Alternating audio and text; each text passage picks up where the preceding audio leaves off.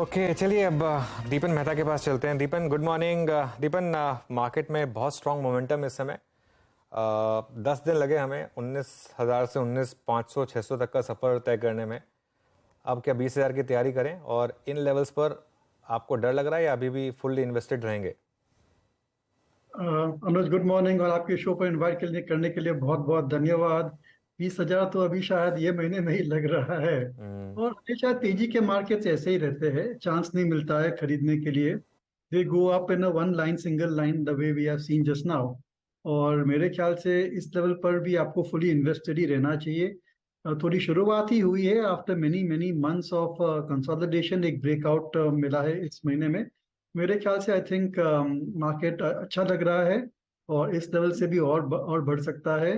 Of course there will be excesses on one side और the other, पर अभी समय नहीं लग रहा है कि मार्केट में प्रॉफिट्स बुक करना चाहिए। अभी समय नहीं है मार्केट में प्रॉफिट बुक करने का।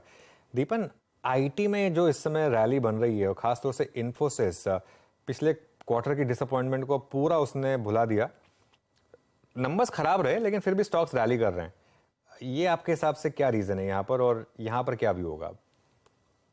हाँ अनुज, मैं भी सुबह से सोच रहा हूँ कि इतनी बढ़िया तेजी क्यों आ रही है आईटी स्टॉक्स में। आंकड़े तो ठीक ठाक थे, वेदर इट वाज टीसीएस और एचसीएल टेक, ऐसी कोई खास बात नहीं भी है जिसके लिए हम लोग तेजी कर रहे हैं इस सेक्टर में। But after seeing many many decade in the market, में इतना कह सकता हूँ कि मार्केट्स ये जानते हैं जो हम नहीं जानते हैं। और वे बहुत ही ज्यादा फ्यूचर में फॉरकास्ट कर रहे हैं। और शायद लग रहा है कि 2023 में भी है right of year for IT stocks. और उसके बाद आई थिंक ट्रेंड्स काफी अच्छे रहेंगे। और मेरे ख्याल से ये जो चैट जीपीटी और एआई रीजनरेटिव, ये जो अपॉर्चुनिटीज है, ये बहुत ही बड़ी अपॉर्चुनिटीज है। And they can turn out to be big waves in tech spending, जैसे हमने देखा है। Of course it is not clear at this point of time, पर ये जो नई डेवलपमेंट्स हुई है, they certainly provide an opportunity to the large IT company. जैसे हमने सुना कि TCS is training 1 lakh engineers in AI generative and ChatGPT. तो ऑब्वियसली एक बहुत ही बड़ी अपॉर्चुनिटी है, जिससे आई थिंक उनकी प्रोडक्टिविटी भी बढ़ सकती है और नए प्रोजेक्ट्स आ सकते हैं। So from that point of view, medium to long term prospects IT के अच्छे हैं। It's just that the next 1 or 2 quarters looks very challenging. Okay कुछ क्वार्टर्स आने वाले थोड़े चैलेंजिंग हैं और आईटी पे आपने दीपन जी का व्यू सुना। अच्छा दीपन जी, इस बार एक सेक्टर आई मीन ऑटो ने तो कमाल किया ही, इंसिलरी में या फिर बैटरी स्टॉक्स में लुक एट एक्साइड, क्या गजब का मूव दिया। हमारा जब बैटरीज ने पार्टिसिपेशन करना शुरू किया, बट इस बार मेरे ख्याल से थोड़ा सा एक्सपोनेंशियल मूव आया है टायर स्टॉक्स में। लुक एट जेके टायर्स में स्क्रीन पे सडनली ये कैश का स्टॉक आया at all time high. CEAT, Apollo, MRF, आपके पोर्टफोलियो में था सर कुछ, या फिर अभी क्या प्रोस्पेक्टिव है इतने बड़े सब्सटेंशियल मूव के बाद टायर स्टॉक्स पे आपका? टायर स्टॉक में मेरे पास खाली एक ही स्टॉक है, that is not doing well, that is Balkrishna industries. क्योंकि वो एक एक्सपोर्ट ओरिएंटेड बिजनेस हाँ। है and they are making OTR of the highway, OTH of the highway tyres. और जो भी आपने कंपनी कही है, they are I think focused on India transportation sector. देखिए, टायर इंडस्ट्री की खासियत ये है कि वो बहुत ही रॉ मटेरियल इंटेंसिव रहती है। और जब जब रॉ मटेरियल के कॉस्ट घटते हैं, we see expansion of their operating profit margin. और फिर जो नेट प्रॉफिट है वो बढ़िया से बढ़ जाती है।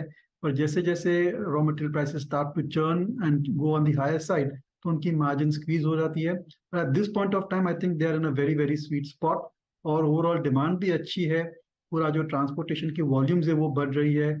और जो सेकेंडरी सेल्स है इन टायर कंपनीज की, वो भी अच्छी तरह से अच्छी अच्छी अच्छी वॉल्यूम दिखा रहे हैं। एक्सपोर्ट के मार्केट भी कुछ कुछ खुल रहे हैं। तो I think next 2-3 quarters looks very interesting for tyre companies. पर मैं इस बिजनेस को एक ज्यादा मल्टीपल नहीं दूंगा, क्योंकि ये साइक्लिकल है। और जिस हिसाब से नई कैपेसिटीज भी आ रही है, आई थिंक कंपटीशन आगे जाके बढ़ ही सकती है। तो I would be a bit cautious and not want to invest in tyre stocks this point of time.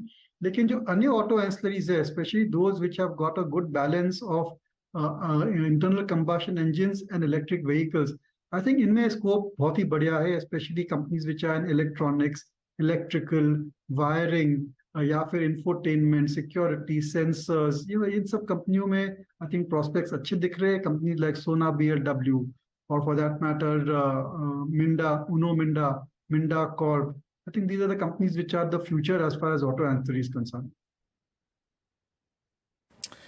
लेकिन सर आपने जो शुरू में बात कही ना कि मेरा स्टॉक अच्छा नहीं कर रहा है, वो मेरे को अच्छी नहीं लगी। आपका बालकृष्ण इंडस्ट्री सर दिसंबर 2021 में ही आप समझ लीजिएगा कि 2751 हो चुका था।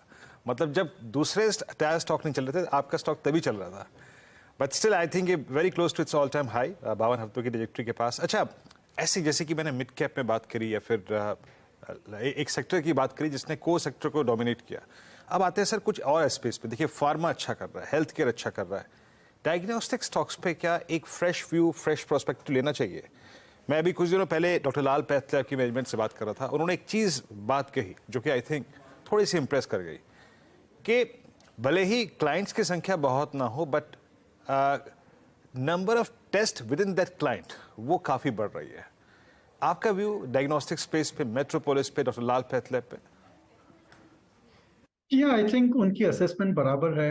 लॉन्ग टर्म प्रोस्पेक्ट बढ़िया है डायग्नोस्टिक सेक्टर के लिए, लेकिन अगर आप डायग्नोस्टिक सेक्टर्स की वैल्यूएशन देखेंगे and you compare that valuation to other health care stocks, specially the hospital stocks, and forget about maybe Apollo Hospitals जो बहुत ही high price to earning multiple पर ट्रेड कर रहा है because of various reasons, but other hospital stocks are available at far cheaper valuation than the diagnostic companies.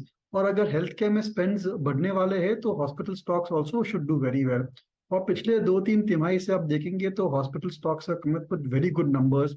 उनकी occupancy यानी कि यूटिलाइजेशन लेवल्स बढ़ रहे हैं, जो एवरेज रेवेन्यू पर पेशेंट है वो भी बढ़ रहा है, और ज्यादा से ज्यादा आई थिंक इलेक्टिव सर्जरीज कर रहे हैं पोस्ट कोविड। सो मैं हेल्थ केयर सेक्टर को I would like to play it to the hospital stocks like Narayana Hrudayalaya है या फिर मैक्स हेल्थ केयर है। I think these are all great companies available at reasonable valuation. Fortis है I think available at reasonable valuations, और they are expanding in a sensible manner, माने they are growing steadily और एक एक assets को पहले profitable कर रहे before setting up new assets. Risk return ratio is favorable. So I would like to play the healthcare sector through hospitals rather than diagnostics, जहाँ पर last 2-3 quarters have been very, very weak, or price to earnings multiple certainly doesn't justify buying at these levels. Okay.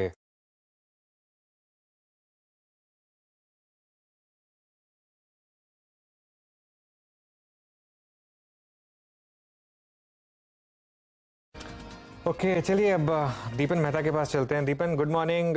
दीपन market में बहुत strong momentum इस समय। 10 दिन लगे हमें 19,000 से 19,500 600 तक का सफ़र तय करने में। अब क्या 20,000 की तैयारी करें, और इन लेवल्स पर आपको डर लग रहा है या अभी भी फुल्ली इन्वेस्टेड रहेंगे? अनुज गुड मॉर्निंग, और आपके शो पर इनवाइट करने के लिए बहुत बहुत धन्यवाद। 20,000 तो अभी शायद ये महीने में ही लग रहा है, और हमेशा तेजी के मार्केट्स ऐसे ही रहते हैं, चांस नहीं मिलता है खरीदने के लिए। They go up in a one line, single line, the way we have seen just now. और मेरे ख्याल से इस लेवल पर भी आपको फुली इन्वेस्टेड ही रहना चाहिए। थोड़ी शुरुआत ही हुई है after many many months of consolidation, एक ब्रेकआउट मिला है इस महीने में। मेरे ख्याल से आई थिंक मार्केट अच्छा लग रहा है, और इस लेवल से भी और बढ़ सकता है। Of course there will be excesses on one side और द अदर, पर अभी समय नहीं लग रहा है कि मार्केट में प्रॉफिट्स बुक करना चाहिए। अभी समय नहीं है मार्केट में प्रॉफिट बुक करने का। दीपन आईटी में जो इस समय रैली बन रही है, और खासतौर से इन्फोसिस, पिछले क्वार्टर की डिसअपॉइंटमेंट को पूरा उसने भुला दिया। नंबर्स खराब रहे लेकिन फिर भी स्टॉक्स रैली कर रहे हैं। ये आपके हिसाब से क्या रीजन है यहाँ पर, और यहाँ पर क्या व्यू होगा? हाँ अनुज, मैं भी सुबह से सोच रहा हूँ कि